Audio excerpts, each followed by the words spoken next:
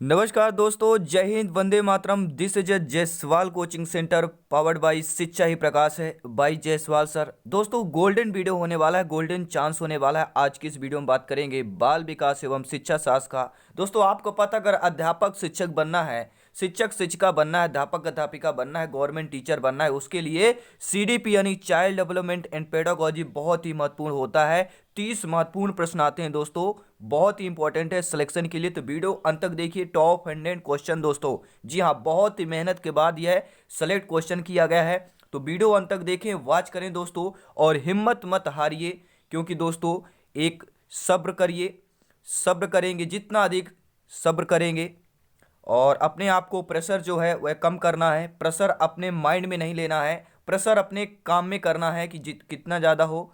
आप क्वेश्चन को अटेंड करें, अच्छे तरीके से पढ़ें, क्योंकि यहाँ पर सिलेक्शन सर्वोपरि है। तो सभी मित्रों को जय हिंद, वंदे मातरम, वेलकम, अभिनंदन है दोस्तों। चलिए शुरू करते हैं बाल विकास शिक्षा शास्त्र के महत्वपूर्ण 100 प्रश्न।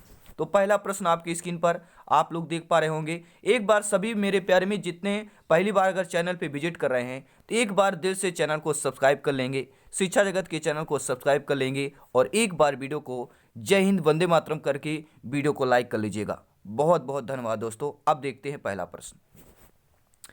बाल विकास का बालक का विकास प्रारंभ होता है। आप सभी लोग जानते हैं, ज्ञानी है, सर्वज्ञ है दोस्तों, भावी अध्यापक अध्यापिकाएं हैं। तो बालक का विकास जन्म से प्रारंभ होता है, जन्म से पूर्व होता है, गर्भावस्था से होता है, या गर्भावस्था से पूर्व होता है। तो बालक का जो विकास प्रारंभ होता है वह गर्भावस्था से ही प्रारंभ हो जाता है। ठीक है, क्या है? गर्भावस्था से, यानी गर्भावस्था से पूर्व तो हो नहीं सकता। ठीक है, क्या हो सकता है? नहीं, शैशवावस्था से पूर्व हो सकता है, जन्म से पूर्व हो सकता है, लेकिन जब बच्चा गर्भ में आएगा तभी तो बालक का विकास प्रारंभ होगा। तो गर्भावस्था से बालक का विकास प्रारंभ हो जाता है, यानी तीसरा ऑप्शन सही हो जाएगा। अब देखते हैं दोस्तों दूसरा प्रश्न क्या पूछा जा रहा है। हर एक प्रश्न इंपॉर्टेंट है, क्योंकि यहाँ पर सिलेक्शन सर्वोपरि है, आपको पता है दोस्तों। ठीक है, आप लोग सब कुछ जानते हैं। जी हाँ, बाल विकास का अर्थ क्या होता है दोस्तों? हर एक प्रश्न आपके एग्जाम में पूछे गए प्रश्न है, शिक्षक भर्ती में पूछे गए प्रश्न है, आपके एग्जाम के जैसे संभावित प्रश्न है, इसलिए वीडियो को अंत तक जरूर वॉच कीजिएगा। तो दोस्तों, बाल विकास का अर्थ क्या होता है? व्यवहार में परिवर्तन होता है, बालक का गुणात्मक व परिणात्मक परिवर्तन होता है, या बालक का गुणात्मक विकास होता है, या व्यक्तित्व में परिवर्तन होता है। तो दोस्तों, बाल विकास का अर्थ क्या होता है? बाल विकास का अर्थ होता है बालक का गुणात्मक व परिमाणात्मक परिवर्तन होता है। दोस्तों, दूसरा ऑप्शन सही हो जाएगा। अब देखते हैं तीसरा प्रश्न क्या पूछा जा रहा है। तीसरा प्रश्न आप लोगों से पूछा जा रहा है, बेहतरीन लाजवाब प्रश्न है, कि बाल विकास की प्रकृति कैसी मानी जाती है। जो बाल विकास की प्रकृति है वह विज्ञानमयी मानी जाती है, अप्राकृतिक मानी जाती है, अनिश्चित मानी जाती है दोस्तों, या अवैज्ञानिक मानी जाती है। राइट ऑप्शन आ गया है, सही जवाब आ चुका है कि बाल विकास की प्रकृति कैसी मानी जाती है। मेरे प्यारे मित्रों, मेरे भावी अध्यापक अध्यापिकाओं, सही जवाब आ चुका है, और वह है आपका दोस्तों विज्ञानमयी। ठीक है, बाल विकास की प्रकृति कैसी मानी जाती है? तो विज्ञानमयी मानी जाती है। पहला ऑप्शन सही हो जाएगा। अब देखते हैं दोस्तों अगला प्रश्न क्या पूछा जा रहा है। 4th नंबर प्रश्न दिया गया स्क्रीन पर है कि बाल अध्ययन का पिता कौन है। मेरे प्यारे मित्र, जवाब आ चुका है कि बाल अध्ययन के पिता कौन है। फ्रायड है, ड्रेवर है, स्टेनले हॉल है, डार्विन है। तो बाल अध्ययन के पिता कौन है? फटाफट नीचे कमेंट करेंगे, फटाफट कमेंट करेंगे। बाल अध्ययन के पिता आपके स्टेनले हॉल कहलाते हैं। दोस्तों, हर एक प्रश्न इंपॉर्टेंट है, क्योंकि यहाँ पर सिलेक्शन सर्वोपरि है। जायसवाल सर आपके लिए गोल्डन वीडियो लेकर आते हैं। ठीक है दोस्तों, ये आप लोगों का प्यार स्नेह है कि हमें कनेक्टिविटी बनाता है, और ये परिवार दोस्तों उम्दा है, लाजवाब है। ये आप लोगों का सहयोग है, आप लोगों का परिवार है। हमेशा सपोर्ट करते रहें दोस्तों शिक्षा को, क्योंकि शिक्षा हमें ज्ञान देती है, संस्कार देती है, सिलेक्शन की ओर ले जाती है। अब देखते हैं 5वां प्रश्न। किशोरावस्था प्रारंभ होता है 10 वर्ष की आयु में, 12 वर्ष की आयु में, 6 वर्ष की आयु में, या 8 वर्ष की आयु में प्रारंभ होता है। तो जो दोस्तों किशोरावस्था होता है, ठीक है, सभी लोग जानते हैं किशोरावस्था आरंभ होता है। ठीक है, शैशवावस्था हो गया आपका, सभी लोग जानते हैं 0 से 6, 6 से 12 बाल्यावस्था होता है, 12 से 18 आपका किशोरावस्था होता है। ठीक है, तो राइट ऑप्शन जवाब आ चुका है दोस्तों। 12 वर्ष की आयु से अपना किशोरावस्था क्या है? आरंभ हो जाता है, और 12 से लेकर 18 वर्ष तक की आयु का आयु काल कौन सा कहलाता है? किशोरावस्था का काल कहलाता है दोस्तों। राइट ऑप्शन आ चुका है। अब देखते हैं दोस्तों अगला प्रश्न। अगला प्रश्न आपकी स्क्रीन पर क्या दिया गया है, देखिए ध्यानपूर्वक कि बाल विकास कब संपन्न होता है। बाल्यावस्था में हो जाता है, शैशवावस्था में हो जाता है, जीवन पर्यंत चलता रहता है, या आपके किशोरावस्था में संपन्न हो जाता है। देखिए बाल विकास की संपन्नता की बात की जा रही है। मेरे प्यारे मित्र ध्यानपूर्वक वीडियो को देखेंगे, एक एक प्रश्न आज समझाऊंगा और एक एक कंसेप्ट समझेंगे और डिटेल के साथ भी समझेंगे। तो बाल विकास कब संपन्न होता है। देखिए बाल विकास के संपन्नता की बात की गई है। तो दोस्तों सभी लोग जानते हैं बाल विकास कभी संपन्न नहीं होता, क्योंकि विकास जो है जीवन पर्यंत चलने वाली प्रक्रिया है। कोई वृद्धि, एक वृद्धि होती है जो निश्चित अवस्था तक होती है मेरे प्यारे मित्रों, मेरे भावी अध्यापक अध्यापिकाओं, लेकिन बाल विकास कभी संपन्न नहीं होता, यह जीवन पर्यंत चलता रहता है। तो तीसरा ऑप्शन सही हो जाएगा। अब देखते हैं दोस्तों अगला प्रश्न क्या दिया गया। स्क्रीन पर प्रश्न पूछा जा रहा है कि बाल विकास को कितने भागों में बांटा गया है, और यहां से बहुत सारे क्वेश्चन होते हैं। ठीक है, यहां से दो ऑप्शन पे क्या है, गाड़ी फंसती है। वो गाड़ी कहाँ फंसती है, 3 और 4 में फंसती है। ठीक है, इसके लिए कुछ चीजें मैं आपको बताने वाला हूं। ठीक है, देखिए शिक्षा के अनुसार, शिक्षा मनोविज्ञान के अनुसार अगर पूछा जाता है कि बाल विकास को कितने भागों में बांटा गया है, तो बाल विकास को 3 भागों में। ठीक है, शिक्षा मनोविज्ञान के अनुसार। अगर ऐसे ही साधारण लिखा है कि बालक विकास को कितने भागों में बांटा गया है, तो आपको ऑप्शन नंबर 4 यानी कि तीसरे ऑप्शन पे सही करना है। ठीक है दोस्तों, अब देखते हैं अगला प्रश्न। अगला प्रश्न आ चुका है। ठीक है, जायसवाल सर आपके लिए अगला प्रश्न लेकर आए हैं। बेहतरीन लाजवाब सिलेक्शन वाला प्रश्न है कि बाल विकास को सर्वाधिक प्रभावित करने वाला कारक कौन सा होता है। यौन शिक्षा होती है, बुद्धि परीक्षण होता है, खेलकूद का मैदान होता है, या सुंदर विद्यालय होना। आप सभी लोग भावी अध्यापक अध्यापिकाएं हैं, शिक्षक बंधु, आप लोग जानते हैं जब आपकी नियुक्ति होगी, आप अध्यापक बनेंगे, तो ये सोचिए बालक को विकास जो बाल विकास को सर्वाधिक प्रभावित करने वाला कारक क्या होगा, यह जानना बहुत जरूरी दोस्तों, क्योंकि आप लोग ही हमारे देश के पीढ़ी हैं। ठीक है, सभी लोग जानते हैं शिक्षक राष्ट्र निर्माता में सबसे बड़ा योगदान आप सभी का होता है। तो आप सभी को जय हिंद, नमन है दोस्तों। और बाल विकास को सर्वाधिक प्रभावित करने वाला कारक कोई और नहीं, ओनली वन फॉर, ये क्या होता है, खेल कूद का मैदान होता है। तीसरा ऑप्शन सही हो जाएगा। अब देखते हैं दोस्तों अगला प्रश्न, लाजवाब प्रश्न है, ध्यानपूर्वक देखिएगा। विज्ञान शिक्षण की सबसे उत्तम विधि कौन सी मानी जाती है। हम बात कर रहे हैं विज्ञान शिक्षण की बात कर रहे हैं। ठीक है, साइंस पेडागॉजी की बात कर रहे हैं। सबसे उत्तम विधि व्याख्यान विधि होगी, भ्रमण विधि होगी, विश्लेषण एवं संश्लेषण विधि होगी, या आपकी अन्वेषण विधि होगी। तो सही जवाब आ चुका है। क्या है दोस्तों, सभी लोग जानते हैं। अगर जानते हैं तो कमेंट भी करते जाएं और अंत में बताना है कि टॉप 100 क्वेश्चन में से आपका स्कोर क्या है। अगर आज आपका पेपर होता है, यहां से बता रहा हूं आपको, 15 से लेके 20 नंबर तक यहीं से प्रश्न आ सकते हैं, इसी से आपके रिलेटेड प्रश्न पूछे जाएंगे। तो ध्यानपूर्वक वीडियो को अंत तक देखिएगा। विज्ञान शिक्षण की सबसे उत्तम विधि क्या होती है, वह होती है अन्वेषण विधि। ठीक है दोस्तों, भ्रमण विधि सभी लोग जानते हैं इन्वायरमेंट में सबसे ज्यादा होती, पर्यावरण में कारगर साबित होती है। तो अगर विज्ञान शिक्षण की सबसे उत्तम विधि अगर पूछा जाता है, ठीक है, तो वह आपकी अन्वेषण विधि होगी। 4th ऑप्शन सही हो जाएगा। अब देखते हैं दोस्तों 10th नंबर प्रश्न क्या पूछा जा रहा है। प्रश्न यह है कि मनोविश्लेषण विधि का जन्मदाता किसे माने जाते हैं। जो आपकी मनोविश्लेषण विधि है, इसके जन्मदाता आपको युंग को मानते हैं, फ्राइड को मानते हैं, आपके गैसेल को मानते हैं, या एडलर को मानते हैं। तो मनोविश्लेषण विधि के जन्मदाता कोई और नहीं, आपके फ्राइड है दोस्तों। जी हाँ, दूसरा ऑप्शन सही हो जाएगा। अब देखते हैं दोस्तों अगला प्रश्न क्या दिया गया है कि विकासात्मक बाल मनोविज्ञान का जनक किसे माना जाता है। अब हम पूछ रहे हैं विकासात्मक बाल मनोविज्ञान का जनक।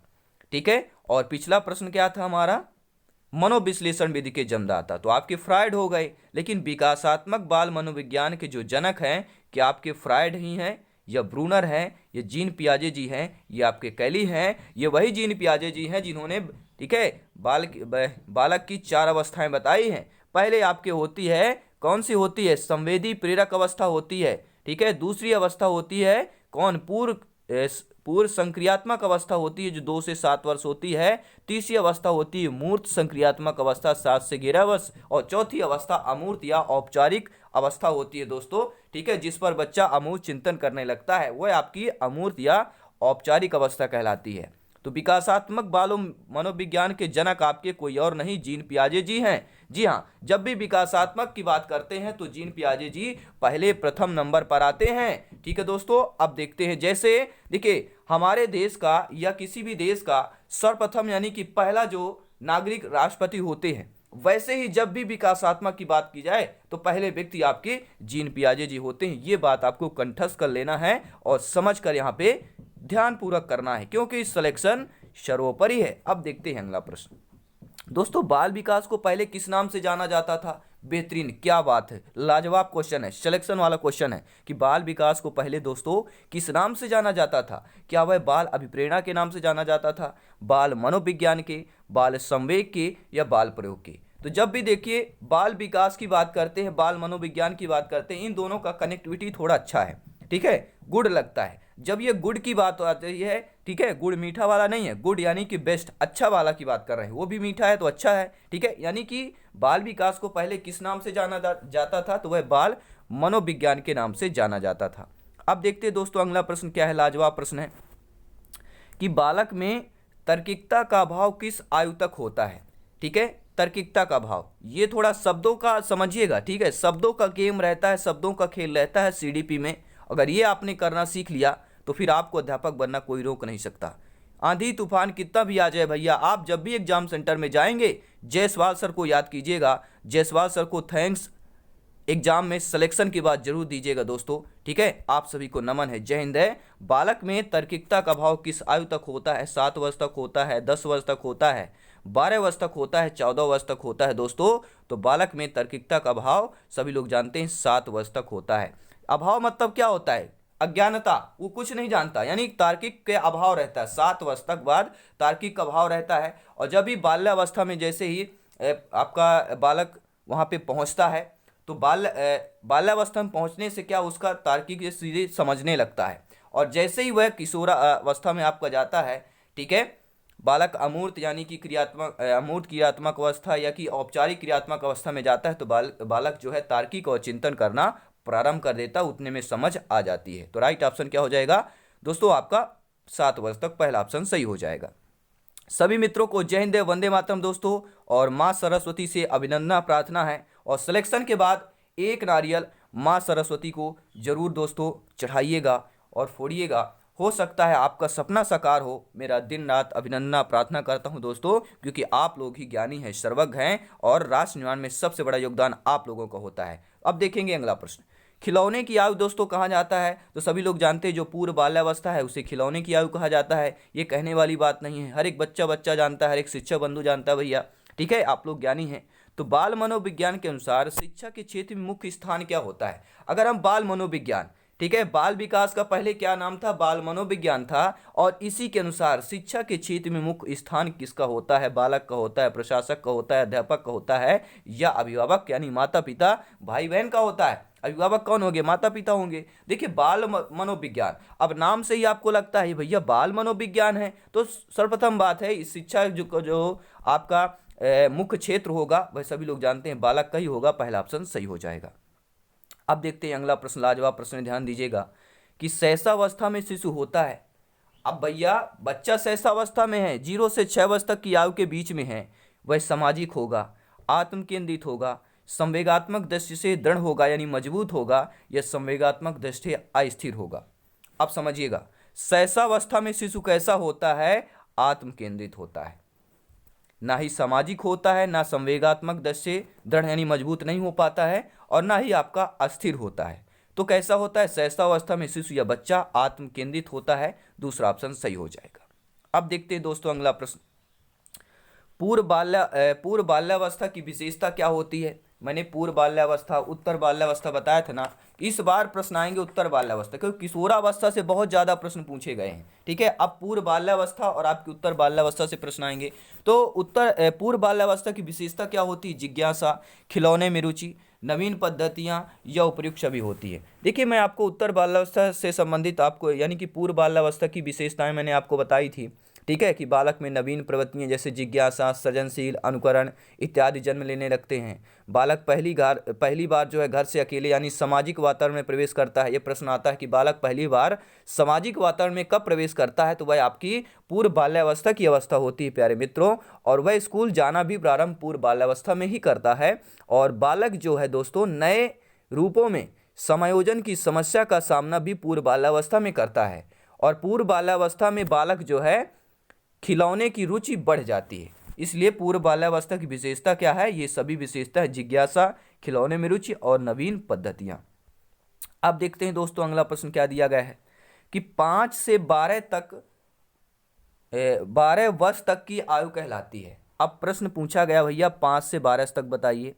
तो 5 से 12 वर्ष तक की जो वर्ष होती है, 5 से 12 वर्ष तक की आयु जो होती है बच्चों में, बालक बालिकाओं की, विद्यार्थियों की, वह कहलाती है शैशवावस्था, भ्रूणावस्था, बाल्यावस्था, किशोरावस्था। क्या कहलाएगी? कमेंट आ चुका है, कमेंट आ चुका है, सही ऑप्शन क्या होगा? देखिए किशोरावस्था तो 12 से ऊपर होती है, शैशवावस्था 0 से 6 होती है, 0 से 5 तक होती है, तो बाल्यावस्था ही एक बचता है आपका। ठीक है, जो 5 से 12 आप क्या हो जाएगा? बाल्यावस्था हो जाएगा, यानी तीसरा ऑप्शन सही हो जाएगा। दोस्तों आप लोग ज्ञानी है, सर्वज्ञ, हो सकता है आपसे क्वेश्चन आ रहे होंगे, 70% क्वेश्चन आ रहे हैं क्योंकि टॉप क्वेश्चन है और इन्हीं से प्रश्न आते हैं। तो वीडियो अंत तक देखिए, एक्सपीरियंस लीजिए और आपका रिपीट भी क्वेश्चन होंगे, क्या हो जाएगा? आपका कंठस्थ भी हो जाएंगे दोस्तों। ठीक है, रिवीजन भी हो जाएगा क्योंकि एग्जाम बहुत ही पास है, नज़दीक है। ठीक है, डेट अभी एक्सचेंज होगा, देखते हैं क्या है। हमें तो जो हमारा अनुभव बता रहा है कि फरवरी में शायद एग्जाम होंगे, क्योंकि जनवरी में अभी एग्जाम चल रहे हैं, इसका अनुभव ले रहे हैं। क्योंकि आपको पता है दोस्तों 6 से 7 लाख फॉर्म आपके अप्लाई हुए हैं, तो आप लोग समझ सकते हैं। अगला प्रश्न, अन्वेषण विधि का प्रतिपादक किसे माना जाता है? पेस्टोलॉजी को, हर्बर्ट स्पेंसर को, रायबर्न को, आर्मस्ट्रांग को। तो अन्वेषण विधि के जो प्रतिपादक है वह प्रोफेसर आर्मस्ट्रांग है, सभी लोग जानते हैं। प्रोफेसर आर्मस्ट्रांग आपके अन्वेषण विधि के प्रतिपादक माने जाते हैं। और अगला प्रश्न है कि बाल विकास के संज्ञानात्मक सिद्धांत के प्रवर्तक किसे माना जाता है? जीन पियाजे जी को, मैक्रो को, फ्राइड को या एरिक्सन को माना जाता है। तो जब भी मैंने बताया कि बाल विकास के संज्ञानात्मक विकास, विकासात्मक की बात की जाए तो सभी लोग जानते हैं इसके प्रवर्तक कोई और नहीं, वल्ली फाराफ, जीन पियाजे जी माने जाते हैं। पहला ऑप्शन सही हो जाए। अब देखते हैं दोस्तों अगला प्रश्न क्या दिया गया स्क्रीन पर। अगला प्रश्न आपकी स्क्रीन पर दिया गया है। प्रश्न यह है दोस्तों कि प्रोजेक्ट प्रणाली के जो जनक किसे माना जाता है? के एंड के को, वुडवर्थ को, फ्रॉवेल को या किलपैट्रिक को। तो जब भी प्रोजेक्ट प्रणाली की बात की जाती है तो सभी लोग जानते हैं किलपैट्रिक इनका नाम सर्वप्रथम पहले आता है। ठीक है, प्रोजेक्ट प्रणाली के जनक माने जाते हैं आपके किलपैट्रिक माने जाते हैं। फोर्थ ऑप्शन सही हो जाएगा। एक बात सभी मेरे प्यारे मित्र जिन्होंने वीडियो को लाइक नहीं किया है, एक राष्ट्र हित में शिक्षा के नाते, भावी अध्यापक अध्यापिका होने के नाते, राष्ट्र प्रेम के लिए एक बार वीडियो को जरूर दिल से लाइक कीजिएगा दोस्तों। और प्रश्न आपसे यह है कि कौन सी पूर्व बाल्यावस्था की विशेषता नहीं है? देखिए पूर्व बाल्यावस्था मैंने बताया ना, इस बार जो प्रश्न आएंगे ज़्यादातर पूर्व बाल्यावस्था और उत्तर बाल्यावस्था से संबंधित ही प्रश्न पूछे जाएंगे, क्योंकि अभी तक किशोरावस्था से भर भर के प्रश्न पूछे जा रहे थे। तो यहाँ पर बताइए सभी लोग कि कौन सी पूर्व बाल्यावस्था की विशेषता नहीं होगी? ठीक है, क्या समूह में रहने की अवस्था, या आपका अनुकरण करने की अवस्था, प्रश्न करने की अवस्था या खेलने की अवस्था? यह बहुत बार पूछा गया दोस्तों। तो सभी लोग जानते हैं कि बालक में नवीन प्रवृत्तियां, जिज्ञासा, सृजनशील, अनुकरण का जन्म लेता है, और यानी कि अनुकरण करने की अवस्था आपकी कहला गई। इसके बाद पहली बार घर से जो बच्चा निकलता है, अकेले सामाजिक वातावरण प्रवेश करता है, स्कूल जाना प्रारंभ करता है, और बालक नए रूपों, संयोजन की समस्या का भी सामना करता है, और इस बालक की खिलौने रुचि में रुचि बढ़ती है। ठीक है, रुचि क्या है? बढ़ने लगती है। तो इस अवस्था में बालक खिलौने रुचि बढ़ने लगती है, और पूर्व बाल्यावस्था को खिलौने की उम्र भी कहा जाता है, यानी बच्चा का खेलने की उम्र बोलते हैं इसे। ठीक है, और बालक सामाजिक अधिगम अनुकरण द्वारा करना इसी अवस्था में प्रारंभ करता है, और बालक में इसी अवस्था में भाषा कौशल विकसित होना शुरू होता है। वह शब्द ज्ञान के आधार पर भाषा को बोलना शुरू करता है। भाषा संबंधी कुछ कौशलों का अर्जन भी बालक आपके पूर्व बाल्यावस्था में करता है, और इस अवस्था में शारीरिक वृद्धि कुछ मंद प्रकार की होती है। ठीक है, तो राइट ऑप्शन क्या हो जाएगा दोस्तों? यहाँ पे प्रश्न करने की अवस्था। तो पूर्व बाल्यावस्था की क्या है? प्रश्न करने की विशेषता नहीं होती है, बाकी समूह में अनुकरण की और खेलने की अवस्था कहलाएगी, प्रश्न करने की अवस्था नहीं होती है। अब देखते हैं दोस्तों अगला प्रश्न क्या दिया गया है कि निम्न में से किसकी भूमिका जो है पूर्व बाल्यावस्था में बालक के संवेगात्मक विकास हेतु सर्वाधिक महत्वपूर्ण होगी? अध्यापकों की भूमिका, संगी साथियों की, पड़ोसियों की, माता पिता। देखिए हम बात कर रहे हैं पूर्व बाल्यावस्था में, तो यह आयु सभी लोग जानते हैं, पूर्व बाल्यावस्था की आयु। ठीक है, क्या कहलाती भैया? सभी लोग जानते हैं क्या है? 3 से 6 वर्ष तक समथिंग पूर्व बाल्यावस्था की आयु जो होती है 3 से 6 वर्ष, और आपके 6 से 13-14 वर्ष तक आपकी क्या कहलाती? पूर्व बाल्यावस्था, और आपका उत्तर बाल्यावस्था कहलाती है।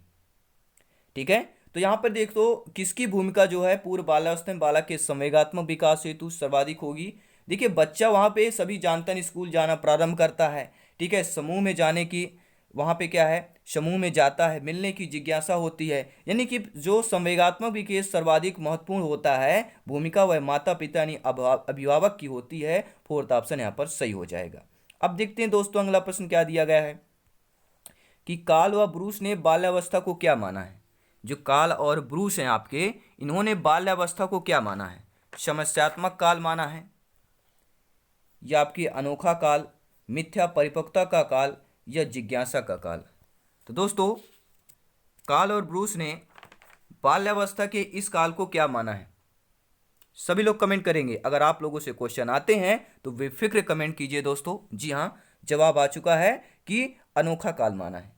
कार्ल और ब्रूस ने बाल्यावस्था को क्या है, एक अनोखा काल माना है। और 25 नंबर क्वेश्चन आपका कह रहा है आप लोगों से कि बाल्यावस्था को मिथ्या परिपक्वता का काल किसने माना है। किसने कहा है बाल्यावस्था को मिथ्या परिपक्वता का काल है। ठीक है ना, मिथ्या यानी कि किसे बोलते हैं, मिथ्या दोष लगाया। ठीक है, आपने सीता माँ की एक था जो, तो रामायण में आपने सुना होगा मिथ्या दोष लगाया, ये शब्द ये वर्ण मिथ्या। ठीक है, मिथ्या शब्द क्या होता है, यानी कि बिना वजह के। ठीक है, बिना कारण के। तो बिना कारण के परिपक्वता का काल किसने कहा है, तो कोई और नहीं वनली फरार आपका रास ने। कि इनको रास नहीं आया है, इनको दोस्तों बाल्यावस्था में परिपक्वता कहना इनको रास ही नहीं आ रहा है, इन्होंने मिथ्या साबित कर दिया और कोई नहीं आपके वनली फॉर रास हो जाएंगे। अब देखते हैं अगला प्रश्न कि विभिन्न तथ्यों के बीच एक ही तथ्य पर मन को एकाग्र किए रहना कहलाता है। जो विभिन्न तथ्य होते हैं, विभिन्न तथ्य होते हैं, देखिए जो आप लोग समझते हैं कि विभिन्न तथ्य होते ही चार ऑप्शन हो गए। चार ऑप्शन में क्या है, जब आप कोई समूह में बैठेंगे, पंचायत में बैठेंगे, तो वहाँ पे विभिन्न तथ्य होते हैं, विभिन्न तथ्य सामने आते हैं। तो किसी एक तथ्य पर मन को एकाग्र किए रहना क्या कहलाता है, जिसको सक्सेस पाना, मेहनत करके सफलता पाना है, वो अपने दोस्तों एकाग्र मन में हमेशा लगा रहता है सिलेक्शन के लिए। ठीक है, तो वह क्या कहलाएगा, अभ्यसन कहलाएगा, ध्यान लगाना, या प्रतिभिज्ञा कहलाएगा, या परिस्मरण कहलाएगा। जो अपने मन, जो अपने लक्ष्य की ओर एकाग्र, ठीक है, एकाग्र पर है, मन को एकाग्र कर रहा है उस तथ्य पर, अपने लक्ष्य को, अपने सक्सेस को, तो वह आपका कहलाएगा परिस्मरण कहलाएगा दोस्तों। ठीक है, आपका फोर्थ ऑप्शन सही हो जाएगा। अब देखते हैं अगला प्रश्न कि बाल विकास में अध्ययन किया जाता है। देखिए बाल विकास में शारीरिक विकास का भी अध्ययन होता है, मानसिक विकास का भी होता है, और संवेगात्मक विकास का भी अध्ययन किया जाता है। तो बाल विकास में इन तीनों का अध्ययन किया जाता है, शारीरिक, मानसिक और संवेगात्मक, अर्थात उपरोक्त सभी ऑप्शन आपका फोर्थ ऑप्शन सही हो जाएगा। बहुत बहुत धन्यवाद दोस्तों। अब देखते हैं अगला प्रश्न, फटाफट अंदाज में अब देखेंगे। ठीक है, शैशवावस्था की अवधि होती है जन्म से लेकर 5 वर्ष, 10 से 15, 16 से 25। तो जब भी शैशवावस्था की बात की जाती है तो ना तो भैया 10 से 15 होगा, ना ही आपका 16 से 25। पहला ऑप्शन सही हो जाएगा यहाँ पर। अब देखते हैं अगला प्रश्न। अगला प्रश्न स्क्रीन पर है, क्या पूछा जा रहा है, ध्यानपूर्वक देखिएगा कि आत्म प्रेम की भावना किस अवस्था में प्रबल होती है। आत्म प्रेम यानी अपने आत्मा से प्रेम करना, अपने आत्म प्रेम यानी आत्मा से प्रेम की भावना किस अवस्था में प्रबल होती है, किशोरावस्था में, बाल्यावस्था में, शैशवावस्था में, या इन सभी अवस्था में होती है। तो आत्म प्रेम की भावना सभी लोग जानते हैं वनली फॉर आपकी बाल्यावस्था में होती है। ठीक, आत्म प्रेम की भावना किस अवस्था में होती है, प्रबल होती है, ये भी ध्यान देना है। होती लेकिन प्रबल तरीके से होती है, मजबूत जिसे बोलते हैं, तो वनली फॉर आपकी बाल्यावस्था होगी, दूसरा ऑप्शन सही हो जाएगा। अब देखते हैं अगला प्रश्न दोस्तों कि शैशवावस्था में प्रबल होता है, क्या होता है, अपराध, ईर्ष्या, जिज्ञासा या चिंतन। तो शैशवावस्था की बात कर रहे हैं, यानी 0 से लेकर 5 तक की अवस्था जो कहलाती है, शैशवावस्था में प्रबल जिज्ञासा होती है, जानने की इच्छा होती है बालक की। ठीक है, तो राइट ऑप्शन आपका तीसरा हो जाएगा। अब देखते हैं अगला प्रश्न दोस्तों कि जन्म के समय बालक में हड्डियां होती हैं, यानी बालक जब जन्म लेता है, बालक जब जन्म लेता है तो उस समय बालक में कितनी हड्डियां होती हैं, सभी लोग कमेंट करेंगे।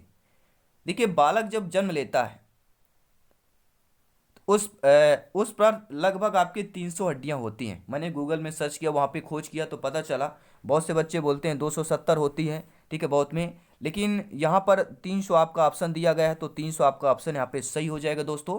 जन्म के समय बालक में हड्डियाँ कितनी होती हैं, 300 हड्डियाँ होती हैं।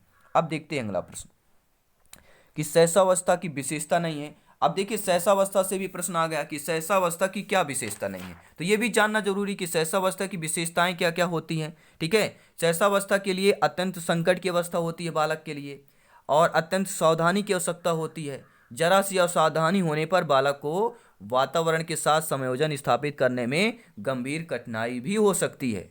और शैशवावस्था में शिशु नवजात होता है, वह गर्भावस्था के बाद पहली बार वातावरण के संपर्क में भी आता है। ठीक है, इसलिए शिशु को वातावरण के साथ सबसे अधिक समायोजन करना पड़ता है, और इस अवस्था में बालक वातावरण के साथ किस प्रकार का संयोजन कर रहा है या करता है, इस बात से यह अनुमान लगता है कि आगे उसका विकास किस प्रकार होगा। तो शारीरिक विकास में तीव्रता आपकी विशेषता नहीं है, मानसिक विकास में तीव्रता, दूसरों पर निर्भर या नैतिकता का विकास। देखिए दोस्तों, शैशवावस्था में ऐसी अवस्था माना जाएगा जो शारीरिक विकास सबसे तीव्र प्रगति में होता है, मानसिक विकास भी सबसे तीव्रता में होता है, और बालक सभी लोग जानते हैं दूसरों पर निर्भर होते हैं। बालक जब देखिए बच्चा जब जन्म लेता है तो वह चल नहीं पाता है, चलना सीखता है, खड़ा होना सीखता है, तो दूसरों की मदद पर निर्भर रहता है। ठीक है, यानी नैतिकता का दोष।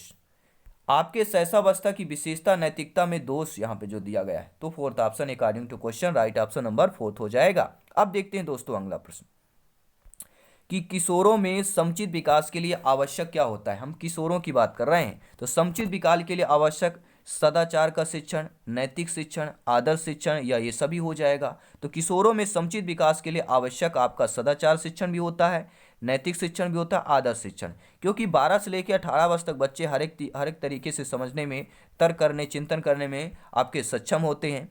ठीक है, तो किशोरों में समुचित विकास के लिए सदाचार, उनमें सदाचार का शिक्षण आवश्यक है, नैतिक शिक्षण भी आवश्यक है, और आदर्श शिक्षण भी आवश्यक है। उपरोक्त सभी ऑप्शन सही हो जाएगा। अब देखते हैं दोस्तों अगला प्रश्न क्या दिया गया, स्क्रीन पर प्रश्न है कि किशोरावस्था का आरंभ होता है। किशोरावस्था का आरंभ होता है, सभी लोग जानते हैं 11 वर्ष के आयु से किशोरावस्था का जो है आरंभ यहाँ पे दिया गया है। लेकिन आरंभ दोस्तों कब होता है, 11 वर्ष सभी लोग करते हैं, लेकिन देखिए जब सभी लोग जानते हैं कि 12 वर्ष तक आपकी जो बाल्यावस्था होती है, तो 13 वर्ष की आयु में क्या होता है, किशोरावस्था आरंभ हो जाता है। तो यहाँ पर तीसरा ऑप्शन सही हो जाएगा। अब देखते हैं अगला प्रश्न कि विकास का संबंध होता है, गुणात्मक रूप में होता है, आयु में वृद्धि से होता है, लंबाई में वृद्धि से होता है, या भार में वृद्धि से होता है। देखिए विकास का संबंध, देखिए हम विकास की बात कर रहे हैं, विकास जीवन पर्यंत चलता रहता है। वृद्धि तो एक निश्चित समय सीमा तक होती है, कुछ समय तक, लेकिन विकास का संबंध एक गुणात्मक से होता है। विकास का संबंध गुणात्मक में होता है, क्योंकि ये तीन चीजें दी गई हैं आपकी, आयु में, लंबाई में, भार में वृद्धि, एक निश्चित समय सीमा पर होगी, लेकिन गुणात्मक जो है दोस्तों संबंध है, ये जीवन पर्यंत तक चलता रहता है। अब देखते हैं अगला प्रश्न कि वंशानुक्रम माता पिता से संतान को प्राप्त होने वाले गुणों का नाम है। ध्यानपूर्वक पढ़िए, वंशानुक्रम माता पिता से संतान को प्राप्त होने वाले गुणों का नाम है वंशानुक्रम। यह परिभाषा दी है जिन्सवर्ट ने, वुडवर्थ एवं मॉर्किंस ने, या आपके रूथ बेनेडिक्ट ने, या आपके एनास्टिसी ने। किसने दिया यह परिभाषा, किसकी है दोस्तों, कि वंशानुक्रम माता पिता से संतान को प्राप्त होने वाले गुणों का नाम है। यह आपका क्या हो जाएगा, रूथ बेनेडिक्ट की आपकी परिभाषा है। ठीक है, बहुत ही धन्यवाद दोस्तों वीडियो देखने के लिए, अंत तक देखिए क्योंकि सिलेक्शन यहाँ पे सर्वोपरि है। व्यक्तित्व के विकास के महत्वपूर्ण क्या होते हैं, जो आप लोग व्यक्ति हैं, हम व्यक्ति हैं, हमारे व्यक्तित्व के विकास का महत्वपूर्ण वातावरण होता है, वंशानुक्रम होता है, वंशानुक्रम एवं वातावरण होता है, कोई नहीं। तो देखिए जो व्यक्ति के व्यक्तित्व के विकास में महत्वपूर्ण वंशानुक्रम भी होता है और उसका वातावरण भी होता है। ठीक है, तो आपका राइट ऑप्शन वंशानुक्रम, यानी कि उसके माता पिता, सभी लोग समझ गए, वंशानुक्रम उसके माता पिता से संबंधित होता है। आपने पिछला ही आपका जो, ठीक है, वंशानुक्रम की परिभाषा भी आपने देखी है। तो देखिए वातावरण होता है, हमारे आसपास का चारों ओर वातावरण होता है। तो व्यक्ति के व्यक्तित्व के विकास में ये दोनों चीजें इंपॉर्टेंट है, वंशानुक्रम एवं वातावरण दोनों। अब देखते हैं अगला प्रश्न। देखिए व्यक्तित्व विभिन्नता का मुख्य कारण क्या होता है, वातावरण, वंशानुक्रम, आयु, ये सभी। तो सभी लोग जानते हैं व्यक्तित्व यानी व्यक्तियों में भिन्नता, हमारे और आप में जो विभिन्नताएं होती हैं उसका मुख्य कारण वातावरण भी होता है। हमारे आसपास का वातावरण, क्या सीख रहे हैं, बोलचाल, हर एक चीज होता है। ठीक है, पॉजिटिव है, नेगेटिव है, समथिंग एल्स है, नॉर्मल है, यह वंशानुक्रम का भी पड़ता है, आपने परिभाषा पढ़ ली है, और आयु का भी इफेक्ट पड़ता है कि हम अपने समान आयु के साथ रह रहे हैं, बड़े आयु के साथ रह रहे हैं, ठीक है, बुजुर्गों के साथ रहे जो शिक्षा देते हैं, हमें संस्कार देते हैं। तो वैयक्तिक भिन्नता का मुख्य कारण ये सभी हो जाएंगे दोस्तों। अब देखते हैं अगला प्रश्न। वंशानुक्रम व्यक्ति की जन्मजात विशेषता का पूर्ण योग है। यह कथन किसका है दोस्तों? वुडवर्थ का कथन है, जेम्स ड्रेवर का है, बीएन झा का है, या रास का कथन है? तो वंशानुक्रम व्यक्ति की जन्मजात विशेषता का पूर्ण योग है, यह कहने वाले वनली फॉर कथन आपके बीएन झा का है। ठीक है, झा अपने आप में बड़ा शब्द है, बड़ा नाम है, पॉजिटिव वर्ड है झा, ठीक है ना, डरावना शब्द है, ठीक है, अपने आप में वजन वाला शब्द है। तो वंशानुक्रम व्यक्ति की जन्मजात विशेषता का पूर्ण योग, इसीलिए पूर्ण योग वजन शब्द बीएन झा आपको नोट कर लेना है। अब देखते हैं दोस्तों अगला प्रश्न 40 नंबर प्रश्न है, फटाफट करेंगे। वातावरण का किस दृष्टि में सबसे अधिक महत्व होता है? हम बात कर रहे हैं वातावरण। वातावरण का किस दृष्टि में सबसे अधिक महत्व होता है? मानसिक विकास में, सामाजिक में, शारीरिक में, व्यक्ति निर्माण में। तो वातावरण के दृष्टि से सबसे अधिक जो महत्वपूर्ण होता है वह आपके व्यक्तित्व निर्माण में होता है दोस्तों। अब देखते हैं अगला प्रश्न। प्रयास एवं त्रुटि द्वारा सीखने के सिद्धांत का प्रतिपादन किसने किया था? तो प्रयास और त्रुटि की जब भी बात की जाती है तो आपके थर्नडाइक की बात की जाती है। थर्नडाइक महोदय की प्रयास एवं त्रुटि का सिद्धांत किसके द्वारा है? तो थर्नडाइक का सिद्धांत है। और सीखने के सिद्धांत के प्रतिपादक कोई और नहीं, आपके वनलीवार थर्नडाइक है। देखिए, थर्नडाइक हो गया, कोहलर हो गया, पावलोव हो गया, जीन पियाजे जी, यहाँ से प्रश्न आपके एग्जाम में पूछे जाते हैं। तो आपने प्लेलिस्ट बाल विकास मनोविज्ञान का प्लेलिस्ट नहीं देखा, वहाँ पे जाइए, आपको डिटेल के साथ सारी चीज़ें मिल जाएंगी। थर्नडाइक ने अपने सिद्धांत के प्रतिपादन हेतु क्या प्रयोग किया है? चूहे पर किया है, चिंपांजी पर, बिल्ली पर, कुत्ते पर, किसने किया भैया? सभी लोग कमेंट करेंगे। देखिए, थर्नडाइक की जब भी हम बात करते हैं, थर्नडाइक हो गया आपका, जीन पियाजे जी हो गया, यहाँ से प्रश्न आपके आते हैं क्योंकि आपको पता है, ठीक है। तो देखिए, थर्नडाइक ने बिल्ली पर प्रयोग किया था, ठीक है, थर्नडाइक ने बिल्ली पर किया था। और नीचे कमेंट करेंगे कोहलर ने किस पर प्रयोग किया था भैया? कमेंट आ चुका है, ठीक है। हम जब भी जीन पियाजे जी, कोहलर की बात करते हैं, यहाँ से दोस्तों आपको पता है जीन पियाजे हो गए, पावलोव हो गए, आपके यहाँ से प्रश्न आपके एग्जाम में पूछे जाते हैं। तो जब हम आपके पावलोव की बात करते हैं तो पावलोव देखिए, उद्दीपक अनुक्रिया संबंध जो है आपके पावलोव का है, ईपी पावलोव का है। अनुबंधन का जनक कौन माने जाते हैं? ईपी पावलोव माने जाते हैं, सभी लोग जानते हैं। और क्रिया करके प्राणी किसी लक्ष्य या उद्दीपक को प्राप्त करता है, उसे अनुबंधन कहते हैं। और ईपी पावलोव को 1904 में नोबेल पुरस्कार मिला, लार ग्रंथि में मिला था। कुत्ते पर प्रयोग किसने किया था? आपके ईपी पावलोव ने किया था। बिल्ली पर किसने किया? आपके थर्नडाइक ने किया था। पावलोव आपके रूसी वैज्ञानिक यानी रशियन वैज्ञानिक थे। 1904 में इनको क्या है? नोबेल पुरस्कार मिला था, ठीक है। तो आई होप आप लोग समझ पाए होंगे, ठीक है। घंटी वाला जो प्रश्न आता है, ठीक है, यहाँ से आपके हो गए। सभी लोग समझदार हैं दोस्तों, आप लोग ज्ञानी हैं, सर्वज्ञ हैं। और थर्नडाइक की जब भी बात करते हैं दोस्तों, थर्नडाइक ने बिल्ली पर प्रयोग किया। महत्वपूर्ण क्या है? भूखी बिल्ली, मृत मछली, यहाँ पे महत्वपूर्ण आपके वर्ण हैं। अनुक्रियाकर्ता कौन है? बिल्ली है। और उद्दीपक यहाँ पे मृत मछली होगी, ठीक है। और एसआर थ्योरी सभी लोग जानते हैं, थर्नडाइक हो गए। थर्नडाइक के महत्वपूर्ण 5 सिद्धांत हैं। संबंधवाद का सिद्धांत, प्रयत्न व भूल का सिद्धांत, प्रयास एवं त्रुटि का सिद्धांत, ठीक है, उद्दीपन अनुक्रिया का सिद्धांत, संयोजनवादी का सिद्धांत, ये आपको नोट कर लेना है, ठीक है। कई बार भूखी बिल्ली पिंजड़े में अनेक क्रिया करती है, अचानक लीवर पर पंजा मारा और लक्ष्य को प्राप्त कर लिया, यानी अनुक्रिया के द्वारा उद्दीपक को प्राप्त करने की क्रिया को प्राणी सीखता है, तो वही आपका अनुबंधन कहलाता है। और थर्नडाइक ने दोस्तों, आपको लोग जानते हैं कि थर्नडाइक ने प्रथम शैक्षिक मनोवैज्ञानिक माने जाते हैं। जो आपके थर्नडाइक हैं, ये प्रथम शैक्षिक मनोवैज्ञानिक माने जाते हैं। और शिक्षा मनोविज्ञान की बुक्स कितने लिखी थी? या शिक्षा मनोविज्ञान की बुक्स किसकी है दोस्तों? थर्नडाइक की है। और एनिमल इंटेलिजेंस बुक के किसने लिखी? आपके थर्नडाइक ने लिखी। थर्नडाइक आपके अमेरिका के वैज्ञानिक है, अमेरिकी वैज्ञानिक है, पशु वैज्ञानिक है। और देखिए, थर्नडाइक ने 2 नियम दिए थे। पहला नियम आता है दोस्तों मुख्य नियम, जिसमें अभ्यास, तत्परता, प्रभाव व आपके परिणाम है, 3 नियम है। और गौण नियम 5 है, ठीक है। ये बहुत बार पूछा जाता है कि थर्नडाइक के मुख्य नियम कितने हैं? 3 हैं, अभ्यास, तत्परता, प्रभाव या परिणाम। और गौण में 5 नियम है। कौन कौन से हैं? बहुप्रतिक्रिया, मनोवृत्ति, आंशिक क्रिया, आत्म किरण या आत्मकरण हो गया, और साहचर क्रिया, ठीक है। आई होप आप लोगों ने डिटेल के साथ समझा। अब देखते हैं अगला प्रश्न, बहुत ज़्यादा डिटेल हो जाएगा, ठीक है। और डिटेल के साथ आप देख सकते हैं मनोविज्ञान के। तो पावलोव ने संबंध अनुक्रिया सिद्धांत का प्रतिपादन किया था। ठीक है, तो अभी हमने आपको बताया है कि 1904 अभी हमने पावलोव से संबंधित आपको बताया, इसलिए बताया ना कि आपको कुछ चीज़ें यहाँ पे मिलेगी जो आपको सीधे सिलेक्शन की ओर कनेक्टिविटी करती हैं। इसलिए दोस्तों आप लोगों का सहयोग बहुत ही ज़रूरी है। ठीक है, बहुत ही इंपॉर्टेंट है। पावलोव के बारे में हमने आपको बताया था कि 1904 में इनको नोबेल पुरस्कार मिला, लाल ग्रंथ में मिले थे और कुत्ते पर प्रयोग में मिला था। अब देखते हैं अगला प्रश्न। दोस्तों अगला प्रश्न पूछा जा रहा है कि संरचना विकास की प्रक्रिया है, यह कथन किसका है? के एंडके का है, वुडवर्थ का है, स्किनर का है, रॉस का है? तो संरचना विकास की प्रक्रिया है, यह कथन आपके वुडवर्थ का है। सभी लोग नोट कर लेंगे। अगला प्रश्न है, सीखने में परिवर्तन होता है व्यक्ति की प्रेरणा में, मूल प्रवृत्तियों में, व्यवहार में, व्यक्तित्व में। तो सीखने में परिवर्तन होता है, व्यवहार में परिवर्तन होता है। जो जब भी आप सीखेंगे तो आपके व्यवहार में परिवर्तन हो जाएगा। अब देखते हैं अगला प्रश्न क्या दिया गया है कि सीखना एक प्रक्रिया है, मानसिक प्रक्रिया है, संवेगात्मक प्रक्रिया है, भावात्मक प्रक्रिया है, सामाजिक प्रक्रिया है। तो सीखना एक दोस्तों आपकी मानसिक प्रक्रिया कहलाती है। ठीक है दोस्तों, अब देखते हैं अगला प्रश्न। अगला प्रश्न क्या पूछा जा रहा है कि सीखने की प्रक्रिया को प्रभावित करने वाले शारीरिक कारक बताना है। बेहतरीन प्रश्न है, लाजवाब प्रश्न है। सीखने की प्रक्रिया को प्रभावित करने वाले शारीरिक कारक, कमेंट आ चुका है कि स्वास्थ्य, लिंग भेद, आयु या ये सभी। तो सही जवाब आ चुका है दोस्तों। सभी मित्रों को जय हिंद, वंदे मातरम है। यहाँ पे उपरोक्त सभी हो जाएगा। सीखने की प्रक्रिया को प्रभावित करने वाले जो शारीरिक कारक होते हैं वह स्वास्थ्य, लिंग भेद, आयु यानी उपरोक्त सभी होगा।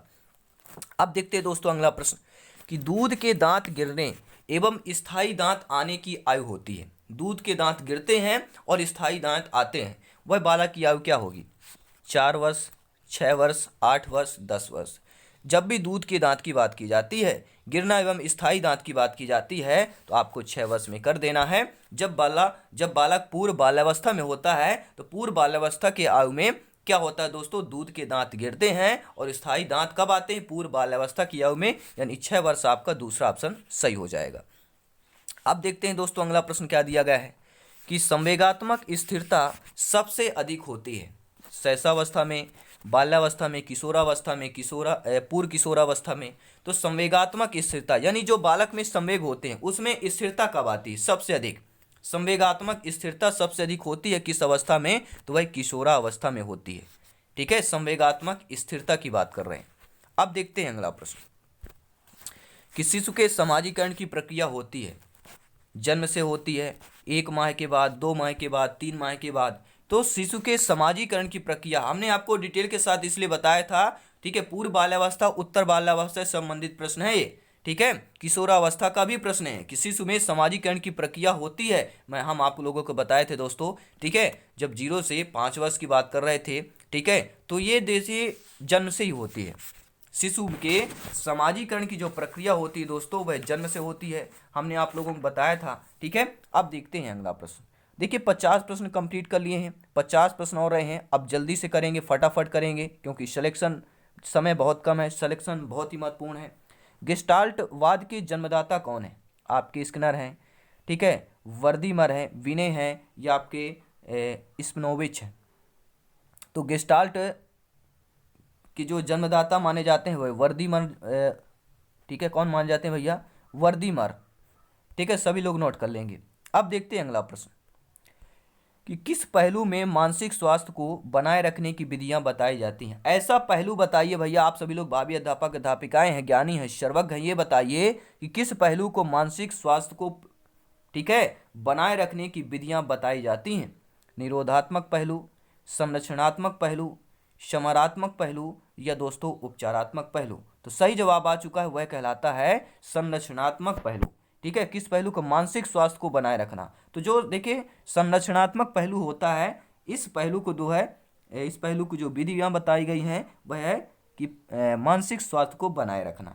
ठीक है, दूसरा ऑप्शन सही हो जाएगा। बनाए रखना यानी कि संरक्षण करना, हमारा जो मानसिक स्वास्थ्य है उसको संरक्षण करेंगे तभी तो बना रहेगा। अब देखते हैं अगला प्रश्न।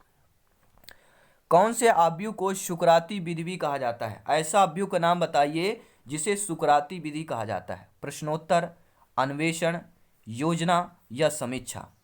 तो ऐसा व्यू जो सुकराती विधि कहलाता है वह कहलाता है प्रश्नोत्तर। जब भी प्रश्नोत्तर की बात करें जाए सुकराती अभ्यू में आता है, सुकराती विधि प्रश्नोत्तर अभ्यू कहलाता है। पहला ऑप्शन सही हो जाएगा। अब देखते हैं अगला प्रश्न। रॉबर्ट गेने ने अधिगम की कितनी परिस्थितियां बताई हैं? 5, 7, 8, 6। सभी लोग कमेंट करेंगे 5, 8, 7, 6। तो रॉबर्ट गेने ने अधिगम की कितनी परिस्थितियां बताई हैं? तो 8 परिस्थितियां बताई हैं। रॉबर्ट गेने ने अधिगम लर्निंग की कितनी परिस्थितियां बताई हैं? तो 8 परिस्थितियां बताई हैं। सभी लोग नोट कर लेंगे।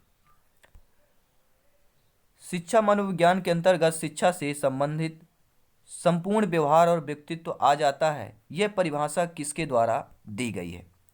दोस्तों शिक्षा मनोविज्ञान के अंतर्गत बात कर रहे हैं, ठीक है। बाल मनोविज्ञान, शिक्षा मनोविज्ञान, ठीक है, ये आपने शायद पढ़ा होगा, पिछले क्वेश्चन हमने पढ़े भी हैं। तो शिक्षा मनोविज्ञान के अंतर्गत शिक्षा से संबंधित संपूर्ण व्यवहार और व्यक्तित्व आ जाता है, यह परिभाषा दी गई है स्किनर द्वारा, के एंड के, कॉल्सनिक या थॉर्नडाइक के द्वारा। तो सही जवाब जानते हैं स्किनर द्वारा दिया गया था, ठीक है। पहला ऑप्शन सही हो जाएगा। अब देखते हैं दोस्तों अगला प्रश्न कि शिक्षा मनोविज्ञान व्यक्ति के जन्म से लेकर वृद्धावस्था तक सीखने के अनुभव का वर्णन करता है, यह कथन किसका है? स्किनर का है, के एंड के का है, ब्राउन का है दोस्तों, यह आपके कुप्पू स्वामी जी का है। तो शिक्षा मनोविज्ञान व्यक्ति के जन्म से वृद्धावस्था तक सीखने का अनुभवों का वर्णन करता है, यह कथन वर्निफर आपके के एंड के का है, ठीक है। सभी लोग नोट कर लेंगे। एक बार रिपीट करूंगा, बहुत ही महत्वपूर्ण एक कथन है, स्टेटमेंट है।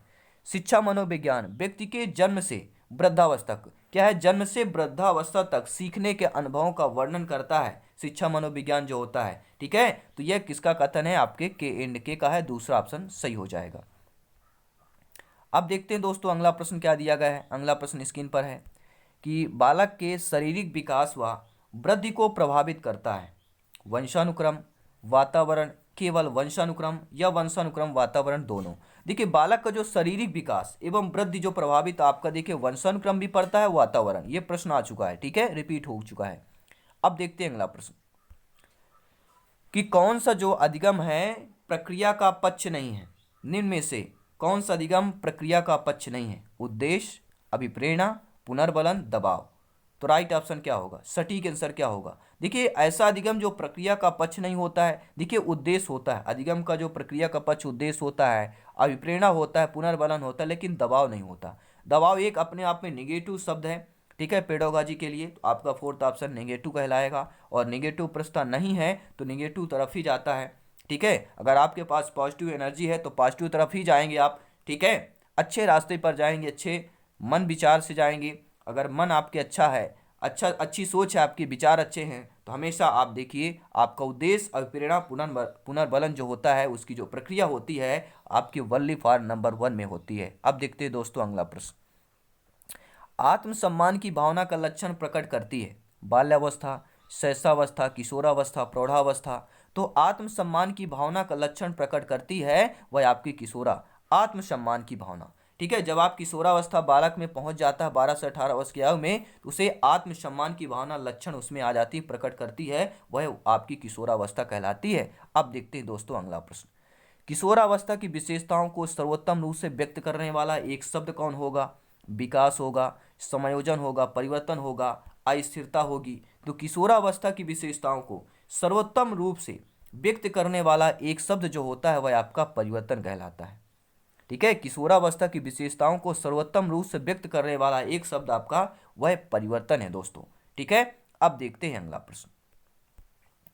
अब दिया गया है दोस्तों, क्या दिया गया है कि एडोलेसेंस नामक पुस्तक के लेखक कौन है दोस्तों? स्टैनले हॉल हैं, हरलाक हैं, फ्रायड हैं, एडलर हैं। तो राइट ऑप्शन क्या हो जाएगा? स्टैनले हॉल है, ठीक है। क्या है? एडोलेसेंस नामक पुस्तक के जो है दोस्तों लेखक आपके कोई और नहीं, आपके स्टैनले हॉल है। अब देखते हैं अगला प्रश्न कि मानसिक स्वास्थ्य का लक्षण नहीं है। हम बात कर रहे हैं मानसिक स्वास्थ्य की बात कर रहे हैं, मानसिक स्वास्थ्य के लक्षण की बात कर रहे हैं, क्या नहीं है? निगेटिव है, सहनशीलता, सामंजस्य की योग्यता, आत्मविश्वास, अपरिपक्वता। ये आप देखिए परिपक्वता शब्द है, लेकिन अपरिपक्वता जो हो गया यह निगेटिव शब्द हो गया। तो मानसिक स्वास्थ्य लक्षण नहीं है। देखिए सहनशील लक्षण होता है मानसिक स्वास्थ्य का, सामंजस्य की योग्यता होती है, आत्मविश्वास होता है, लेकिन अपरिपक्वता नहीं होगा। ये अपने आप में निगेटिव है दोस्तों, फोर्थ ऑप्शन सही हो जाएगा। अब देखते हैं अगला प्रश्न, बालक के मानसिक स्वास्थ्य में बाधा डालने वाला कारक, जो बालक है उसके मानसिक स्वास्थ्य में बाधा डालने वाला कारक कौन होगा? वंशानुक्रम का प्रभाव, परिवार का विघटन, शारीरिक दोष या उपरोक्त सभी। तो बालक के देखिए मानसिक स्वास्थ्य में जो बाधा, वंशानुक्रम का भी प्रभाव पड़ेगा, परिवार के जो विघटन होता है उसका भी पड़ता है, और शारीरिक दोष का भी पड़ता है, यानी उपरोक्त सभी ऑप्शन सही हो जाएगा। अब देखते हैं दोस्तों अगला प्रश्न। अगला प्रश्न यह है, विद्यालय से पलायन करने वाले बालक के अध्ययन की सबसे उपयुक्त विधि क्या होगी? जो बालक विद्यालय से पलायन कर जाते हैं, छोड़ जाते हैं, ठीक है, उनके लिए जो है ऐसे बालकों के अध्ययन की सबसे उपयुक्त क्या होगी?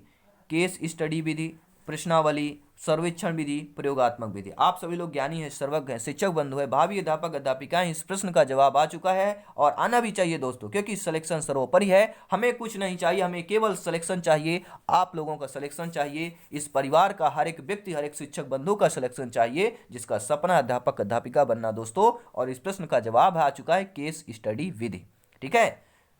जो विद्यालय से पलायन बच्चे करते हैं उनका अध्ययन सबसे उपयुक्त विधि है आपका केस स्टडी विधि।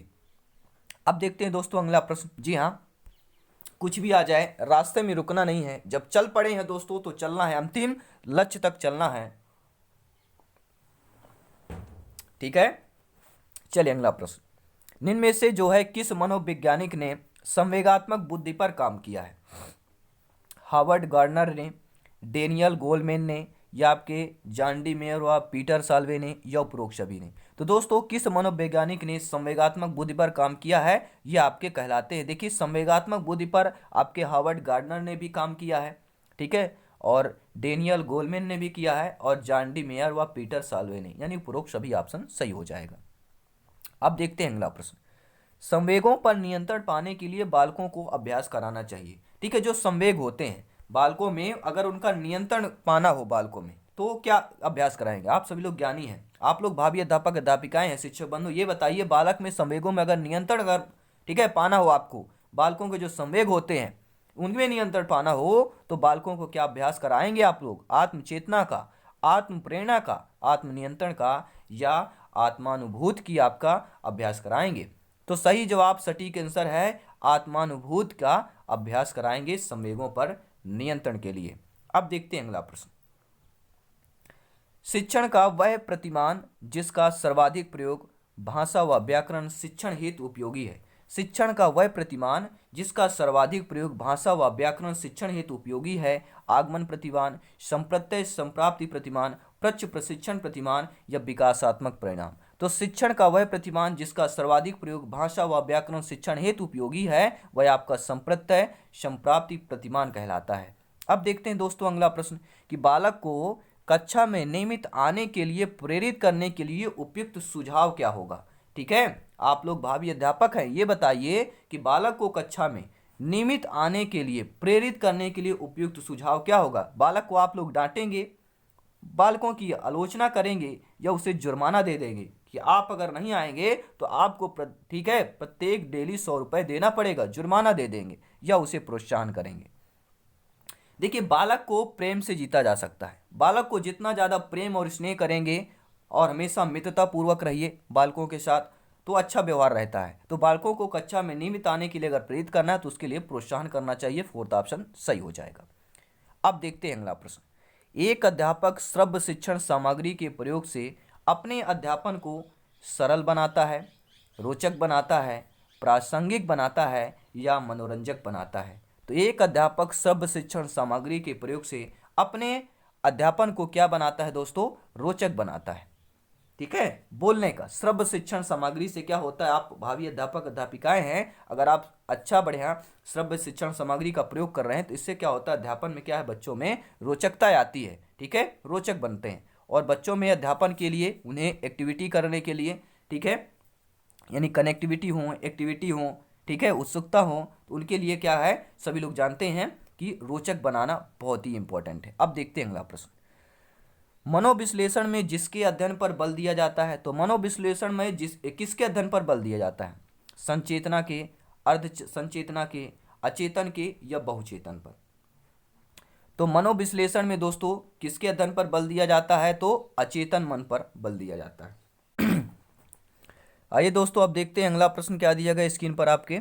अगला प्रश्न दोस्तों पूछा जा रहा है कि कौन सा अवसर जो है किशोरों की आवश्यकता है? ऐसा अवसर जो किशोरों की आवश्यकता हो। वाद विवाद, तर्क हो गया, चर्चा हो गई या उपरोक्त सभी। तो किशोरों की यानी कि अवसर ये जो आवश्यकता होगी किशोरा में या किशोरों के लिए, किशोरावस्था के बालकों के लिए, तो वाद विवाद का अवसर चाहिए होता है, तर्क करने की अवसर उन्हें मिलती है और चर्चा करने की भी। यानी ये सभी कौन सा अवसर किशोरों की आवश्यकता है? अब देखिए बहुत से बच्चे बोलेंगे कि वाद विवाद भी क्या यह अवसर होता है किशोरों की आवश्यकता? देखिए अवसर किशोरावस्था में सभी लोग जानते हैं कि आत्मसम्मान की जो भावना होती है वह प्रबल होती है। आत्मसम्मान की भावना प्रबल होती है, इससे वाद विवाद बढ़ता है अगर उन्हें अवसर मिलता है। अगर उन्हें अवसर मिलता है तो तर्क भी करते हैं और चर्चा भी करते हैं। जैसा अवसर मिलता है वैसे करते हैं। उपरोक्त सभी ऑप्शन सही हो जाएगा। अब देखते हैं दोस्तों अगला प्रश्न। ठीक है, बहुत बहुत धन्यवाद दोस्तों। अगला प्रश्न स्क्रीन पर है। मेरे सभी प्यारे मित्र वीडियो को लाइक करते जाएंगे, शेयर भी कर देंगे शिक्षा के चैनल को, शिक्षा के लिए, क्योंकि राष्ट्र हित में शिक्षा की बात करते हैं। ठीक है दोस्तों, फ्री ऑफ कॉस्ट आप लोग ज्वाइन हो सकते हैं। टेलीग्राम में सर्च करें Jaiswal coaching centre, notes PDF file सब कुछ फ्री में, क्योंकि राष्ट्र हित में चैनल है दोस्तों। राष्ट्र हित में शिक्षा का आपका परिवार है।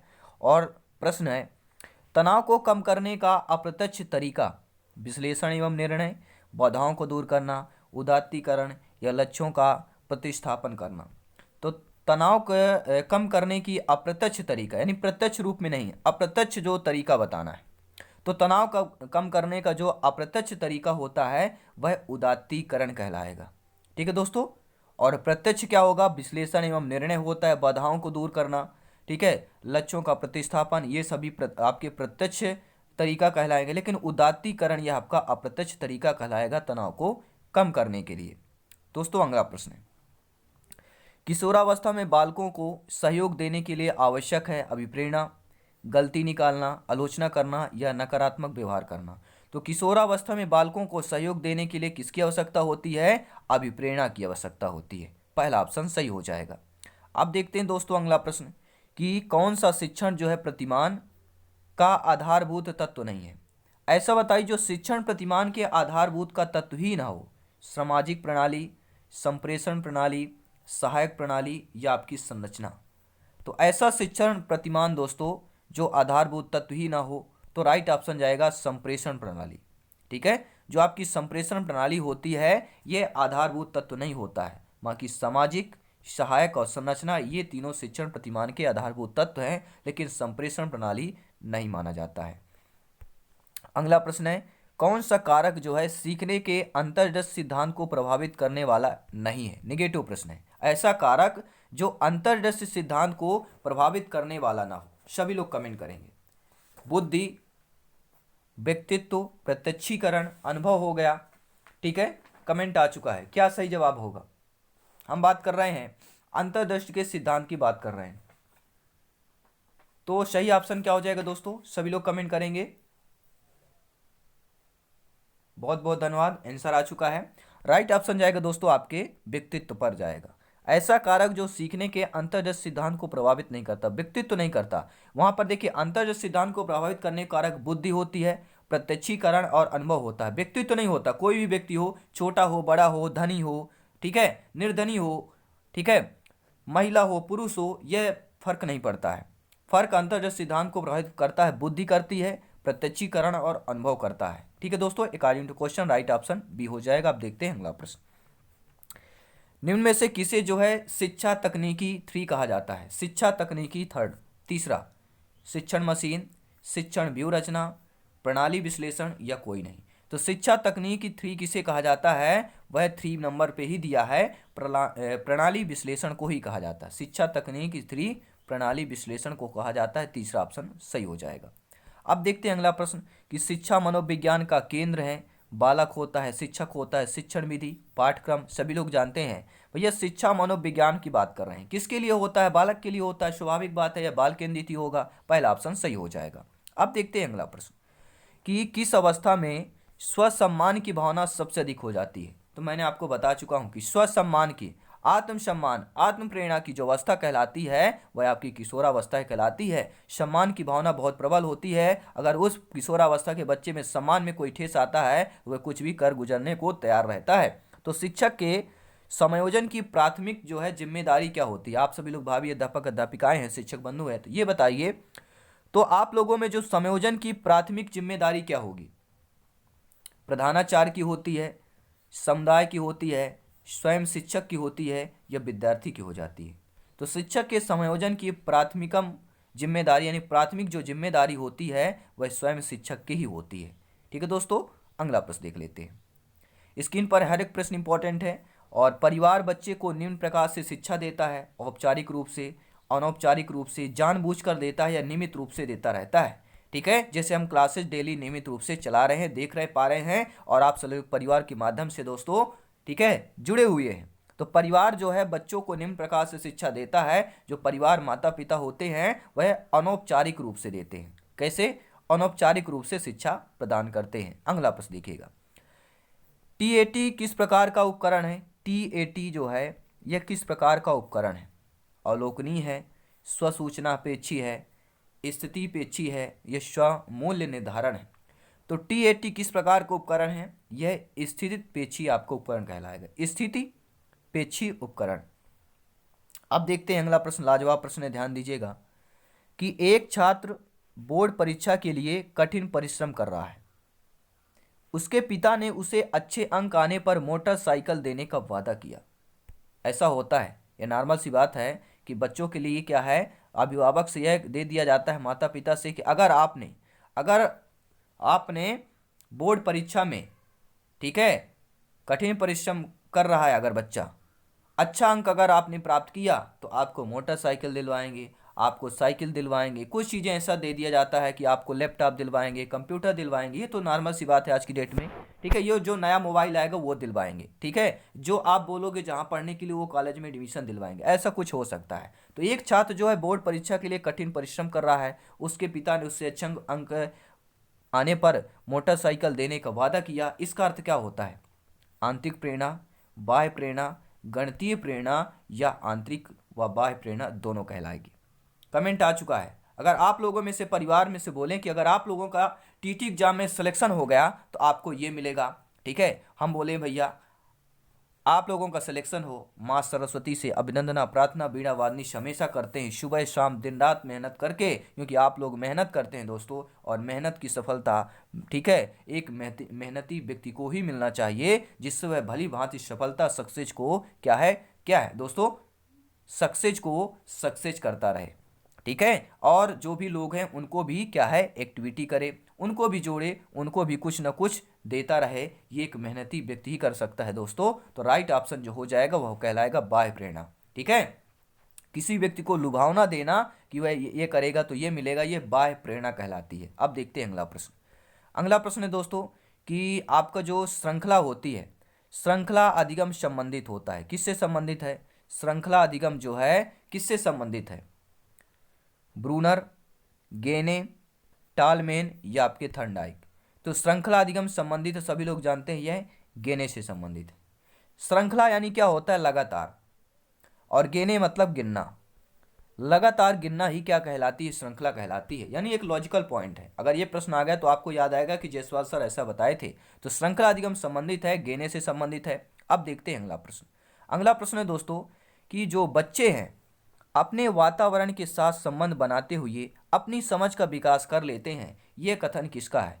स्किनर का है, गिलफोर्ड का है, जीन पियाजे जी का है दोस्तों, या आपके बर्ड का है? तो बच्चे अपने सामाजिक वातावरण के साथ संबंध बनाते हुए अपनी समझ का विकास कर लेते हैं, यह कथन या स्टेटमेंट आपके जीन पियाजे जी का है।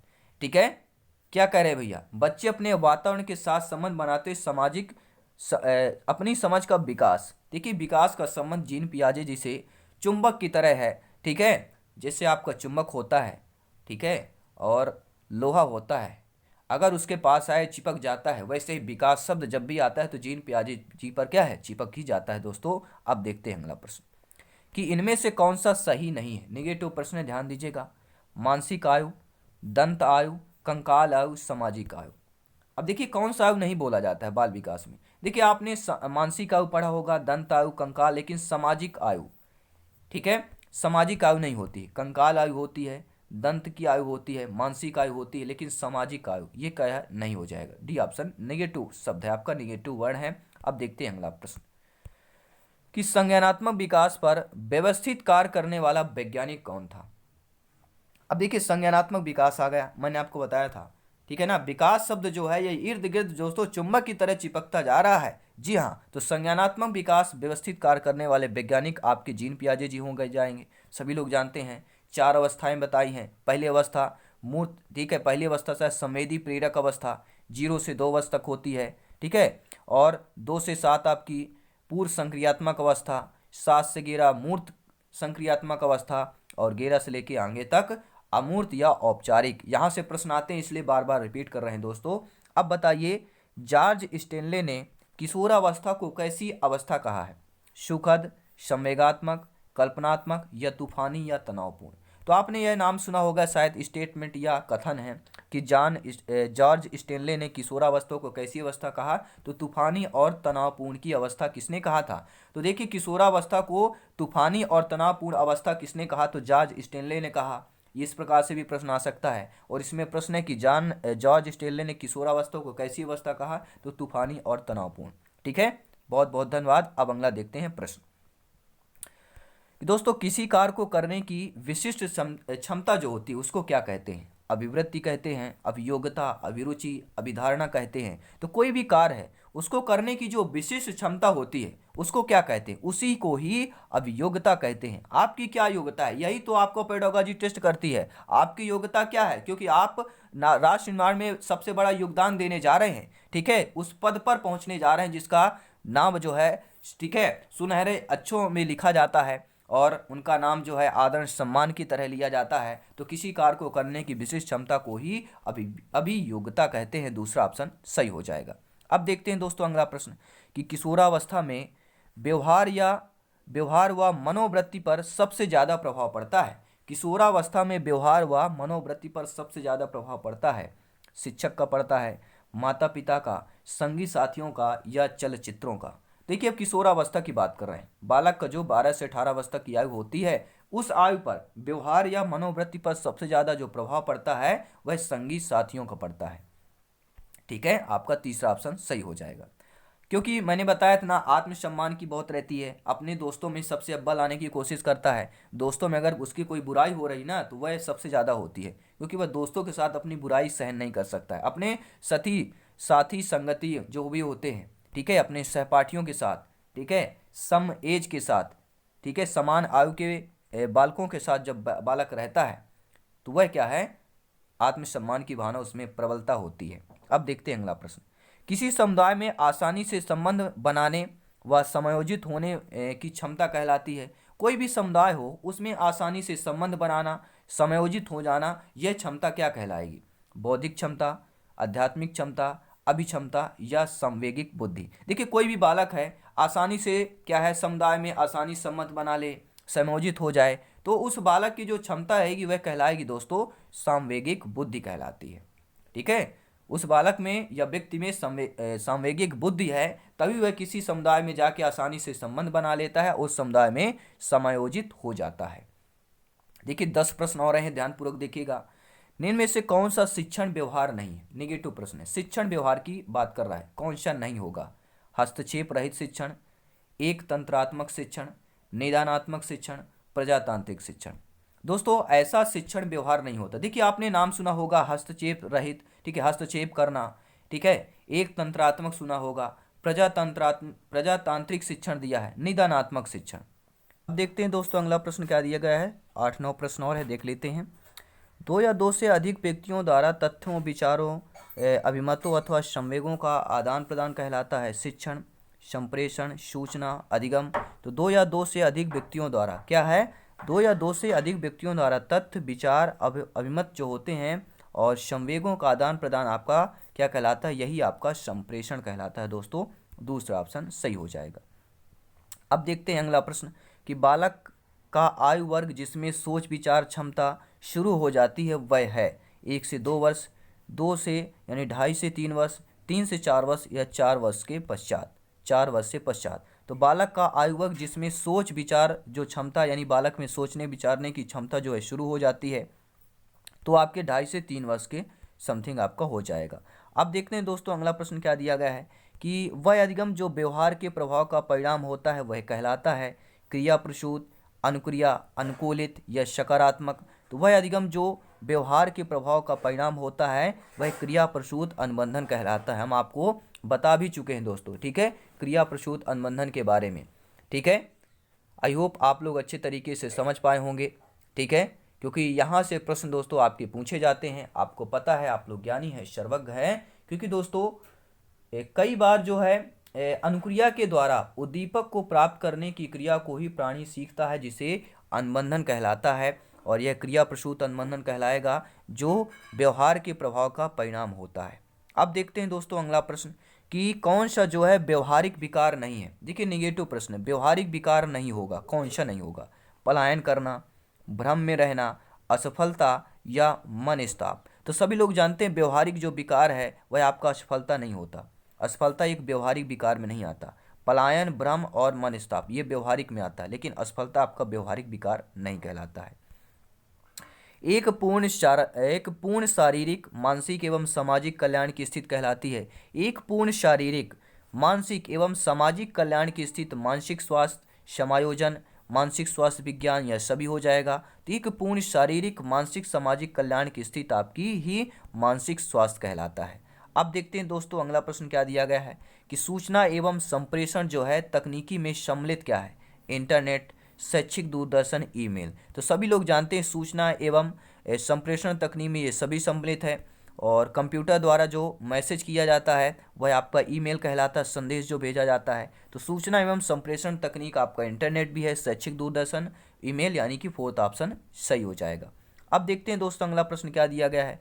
यदि किशोर विद्यार्थी अभिभावक एवं शिक्षक द्वारा बार बार तिरस्कार एवं तंग किए जाते हैं तो इससे उत्पन्न होता या होती है। तो कोई भी किशोर विद्यार्थी हो, उसमें अभिभावक एवं शिक्षक द्वारा बार बार तिरस्कार एवं तंग किया जाता हो, तो इससे जो उत्पन्न क्या होता है? हीनता की भावना बालक में होती है, किशोर विद्यार्थी में मस्तिष्क विकार, भय की या मानसिक विरोध की। तो बालक कैसा हो? किशोर अवस्था में है, किशोर विद्यार्थी है, उसमें अभिभावक एवं शिक्षक द्वारा बार बार तिरस्कार और तंग किया जाता हो, तो उस प्रकार के यानी किशोर विद्यार्थी में क्या आता है दोस्तों? हीनता की भावना आ जाती है। पहला ऑप्शन सही हो जाएगा।